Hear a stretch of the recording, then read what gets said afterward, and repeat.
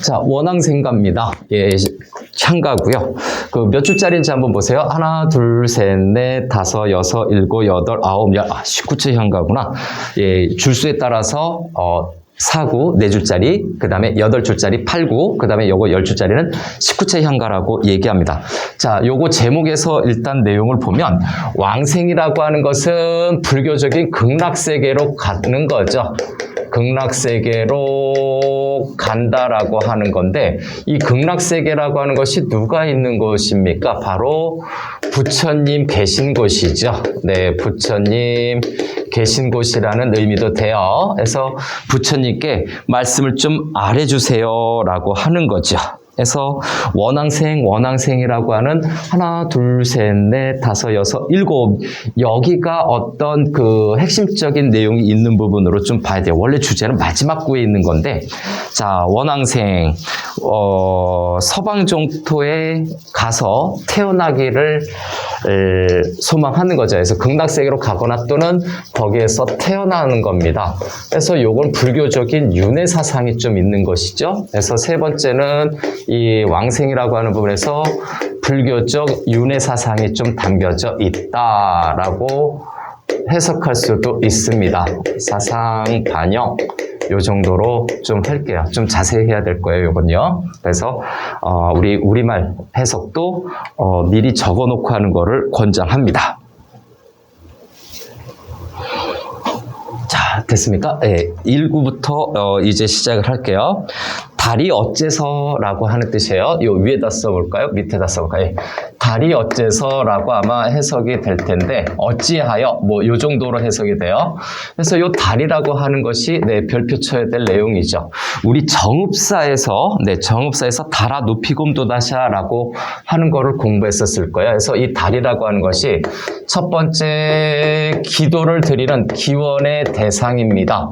그래서 여기서의 달은, 우리 한국인에게 달은 그냥 단순한 하늘에 떠 있는 별이 아니라 이렇게 소망을 비거나 아니면 그 절대적인 이미지를 갖고 있는 거죠. 해서 절대적 자연이다라고 해석을 하게 돼요. 그래서 기원의 대상이자 절대적 자연. 그 다음에 세 번째는 위에다 써볼까요? 화자와 무량수불이라고 여기 나와 있을 거예요. 바로 그 삼의 무량수불이죠. 화자와 무량수불을 연결하는 매개체 역할을 한다. 이렇게 정리할 수도 있습니다. 됐나요? 그래서 좀 더 보자면 4번을 요 밑에다, 아이고 포지션이 좀 안 좋네요.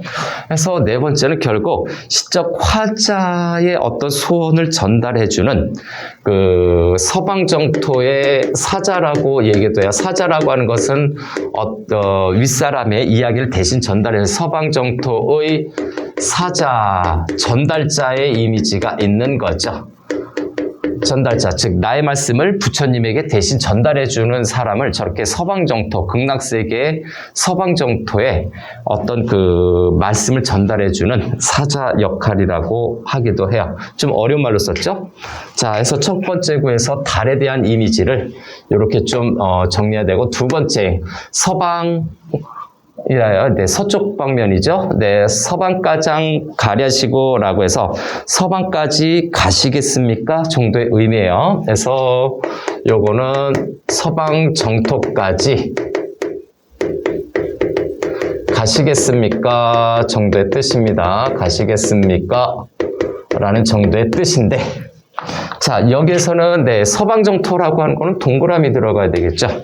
서방정토라고 하는 것은 극락세계, 부처님이 계신 세계에서 요거 간단하게 극락세계 또는 이상세계라고 봐야 될 거예요. 천당과도 같은 곳이죠.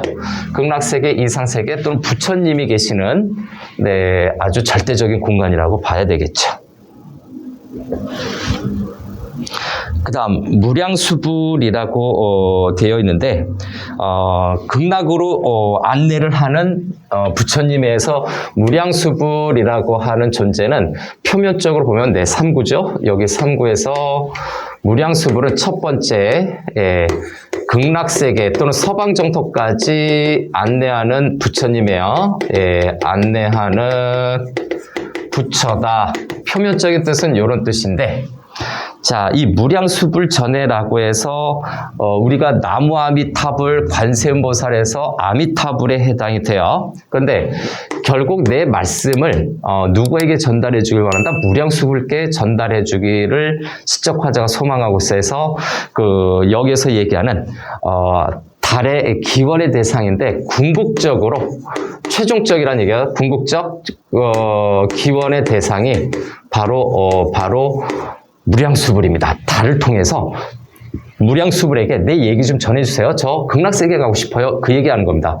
궁극적 기원의 대상으로서 절대자입니다. 네, 그래서 절대자 신의 이미지에 해당이 돼요. 다음, 님곧다가 삽고사셔라고 하는 부분인데 해석을 좀 써놓으라고 했죠. 예, 해석을 해보자면 보고하는 말씀을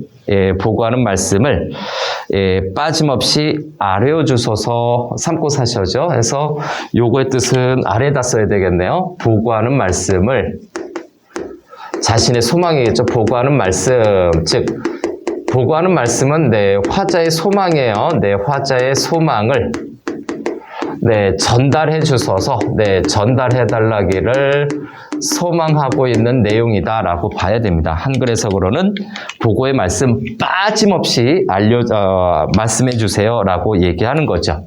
그래서 보고하는 말씀인데 내가 원앙생하고 싶은, 즉 극락세계에 가고 싶은 이 소망을, 이 말씀이라고 하는 것은 소망을 나타내는 거고 이 소망을 전달해 주세요. 삼고사셔라고 하는 거죠. 단이 깊으시한 존호의 우러리라고 하는 부분이죠. 그래서 요거는 뭡니까? 부처님을 우러러보며, 여기에 존이라고 하는 것은 부처님이거든요. 그래서 소망, 그죠? 소망과 맹세야, 다딤 기프샨, 다짐이라고 하는 거죠. 그래서 다딤 기프샨 하는 요 부분에서, 자, 다딤이라고 하는 것은 다짐입니다. 다짐이라는 의미로도 해석이 되는데 요거를 좀 더 문맥에 맞게 해석을 해보면 부처님에 대한 어떤 경배와 그 다음에 시적화자의 소망이죠. 그래서 여기 존이라고 하는 것이 부처님이거든요. 석가모니입니다. 부처님, 석가모니일 수도 있고 또는 여기는 무량수불이죠. 그래서 부처님에게 소망을 얘기를 하는데 그 부처님을 우러러보는 거거든요. 지금 우러러본다라고 하는 요 부분이에요. 요 존어회 우러리라고 하는 것은 부처님을 우러러보는 건데 부처님을 우러러보는 것은 그만큼 시적화자의 내 소망의 간절함을 파악할 수 있고요. 그럼 다시 저 다딤이라고 하는 부분을 그래서 2차적으로 또 해석을 할 거예요. 여기를 살펴보고 나니까 저 다짐이라고 하는 것은 시적화자의 어떤 소망과 부처님에 대한 존경이겠죠. 그래서 여기는 존경과 소망이라고 봐야 될 겁니다. 다시 한번 다딤이라고 하는 것은 서원이라고도 얘기를 해요. 그래서 다딤은 다른 말로 하면 요거 서원이라고도 얘기를 하는데 자신이 간절히 원하는 소망이라는 뜻이에요. 이것이 바로 소망의 뜻을 갖고 있다. 부처님을 존경하는 뜻은 요 뒤에도 나타나 있지만 다짐이라고 하는 건 부처님을 존중하면서 저의 소원을 이루게 해주세요라고 얘기하는 거죠. 그래서 두 손을 모도호 살바 하는 부분인데 두 손을 모아서 해서 합장하는 모습이죠. 두 손 모아서 정도의 의미인데 두 손을 모아서라고 하는 의미는 결국은 부처님에 대한 어떤 존경과 경건함과 합장하는 모습에서 요거 합장하는 모습이라고 봐야 되고요. 단순하게 합장하는 모습은 결국 뭡니까? 부처님에 대한 어떤 경건한 존경이겠죠. 경건한 태도라고 할까요? 경건한 태도 또는 기원적인 태도라고도 얘기할 수가 있죠. 그래서 크게 어려운 뜻은 아니에요. 그래서 두 손을 모아서 원앙생, 원앙생, 극락세계에서 태어나기를 원합니다. 그래서 생자가 있죠. 여기 생자가 있고 왕이라고 하는 것은 가다요. 네, 소망하다라는 얘기죠. 소망이 있는데 가는 겁니다. 그 다음에 태어나다예요. 어디를 가서 태어날까요? 한마디로 네, 서방 정토에서 태어나기를 소망하는 거죠. 앞에서 했던 내용 그대로 나오는 거예요.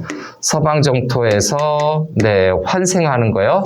윤회하기를 소망하고 있는 거고요. 요건요. 원앙생, 원앙생. 자, 서방 정토에서 다시 태어나기를 소망하는 겁니다. 이 작품의 주제의식을, 예, 여기선 주제의식을 어떻게 하고 있습니까? 직접 제시하고 있는 부분이지요. 그래서 다른 향과 다르게 이 작품은 원앙생 부분 여기만 잘 파악해도 게임은 끝난 것이다. 원앙생, 원앙생 하는 부분 여기가 주제입니다.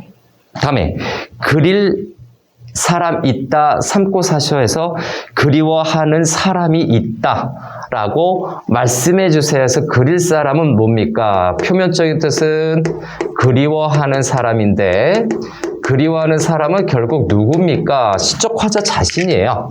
그래서 여기에서 그리워하는 사람은 화자 자신을 이야기하는 거고요. 그리고 여기 삼고 사셔라고 하는 이 부분, 네, 삼고 사셔라고 하는 부분은 네, 사례어 주소서, 말씀에 주소서라고 하는 거죠.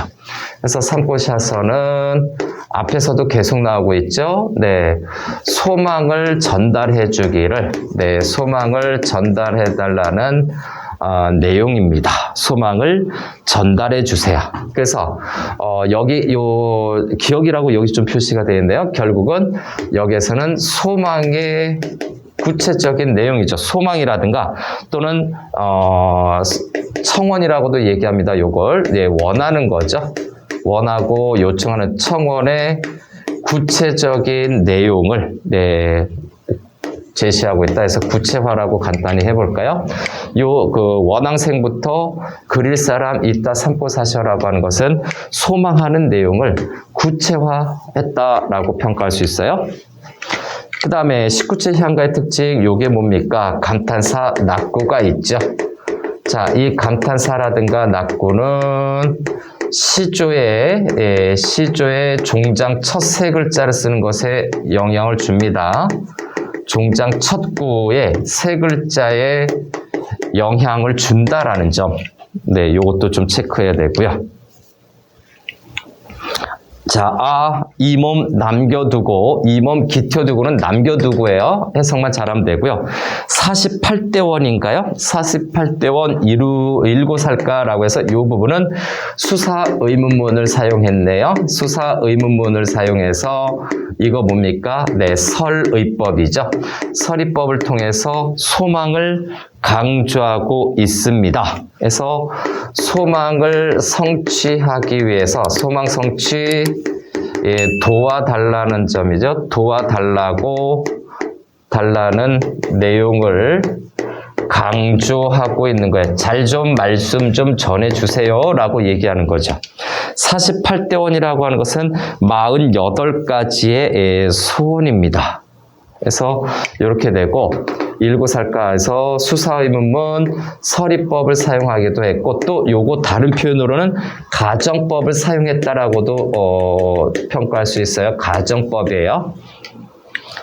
그래서 48대원을 이루면서 살 수 있을까라고 하는 건데 설의법도 되고 가정법도 되지요.